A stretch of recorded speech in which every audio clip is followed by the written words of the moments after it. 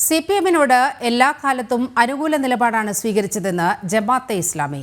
2019-ൽ കേരളത്തിൽ UDF-നാണ് പിന്തുണ നൽകിയത്. സംസ്ഥാനത്ത് ജമാഅത്തെ ഇസ്ലാമിയുടെ സെക്കൻഡ് ഓപ്ഷനായി സിപിഎം മാറിയെന്നും ജമാഅത്തെ ഇസ്ലാമി കേരള അമീർ പി മുജീബ് റഹ്മാൻ പറഞ്ഞു.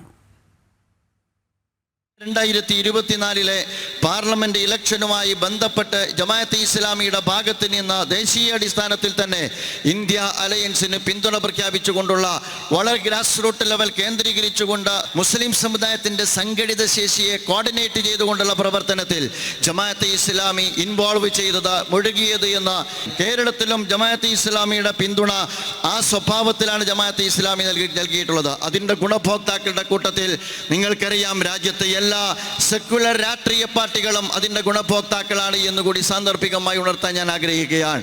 യഥാർത്ഥത്തിൽ അതിൻ്റെ ഗുണഭോക്താക്കൾ ഈ രാജ്യത്ത് ഇന്ത്യൻ നാഷണൽ കോൺഗ്രസ് ഉണ്ട്, അതിൻ്റെ ഗുണഭോക്താക്കളിൽ ഈ രാജ്യത്ത് BSP ഉണ്ട്, ഈ രാജ്യത്ത് SP ഉണ്ട്, ഈ രാജ്യത്ത് CPIM-ഉം അതിൻ്റെ ഗുണഭോക്താക്കളിലുണ്ട് എന്ന നാളിതുവരെ ഇടതുപക്ഷത്തെ പലപ്പോഴായി പിന്തുണച്ചിരുന്ന ജമാഅത്തെ ഇസ്ലാമി രാഷ്ട്രീയപരമായ കാരണങ്ങളാൽ 2019-ൽ ഈ രാജ്യത്ത് കേരളത്തിൽ UDF-നെ ഇന്ത്യയിൽ ഈ അർത്ഥത്തിലുള്ള സെക്യുലർ കക്ഷികളെ പിന്തുണച്ചത് എന്ന് നിങ്ങൾക്ക് കാണാം.